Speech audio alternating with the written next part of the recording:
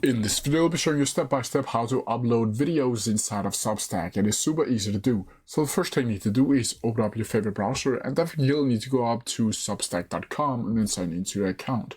Then from here you'll need to find a specific website that you want to paste or upload this video onto. Then from here it should look something like this. From here you'll need to go over to the create button over here, and once from here you'll need to go down to where it says video. Now from here it should look something like this, where you'll be able to see that you can either record a video or you can select the video from your library. You can also record audio by opening the studio up here if you want to do that. But from here you'll simply need to drag and drop your video, and once from here you'll be able to see the media settings, where you can see that the video will be uploading, and from here you can add the settings, change the settings where you can add it to a podcast or RSS feed if you want to do that.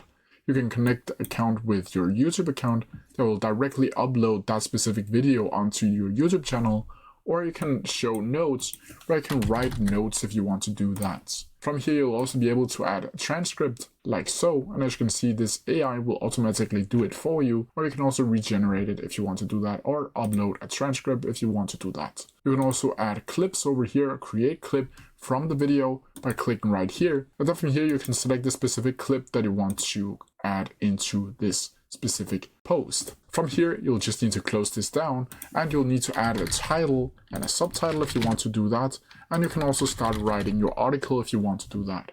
Once from here you'll simply need to click continue, and from here you can upload it like you would normally upload an article, so just send it to everybody now, and from here you'll have successfully uploaded video inside of Substack. But that's how you do it. If you have any questions about it, please leave them down in the comment section below, and I'll try my best to answer them as quickly as possible.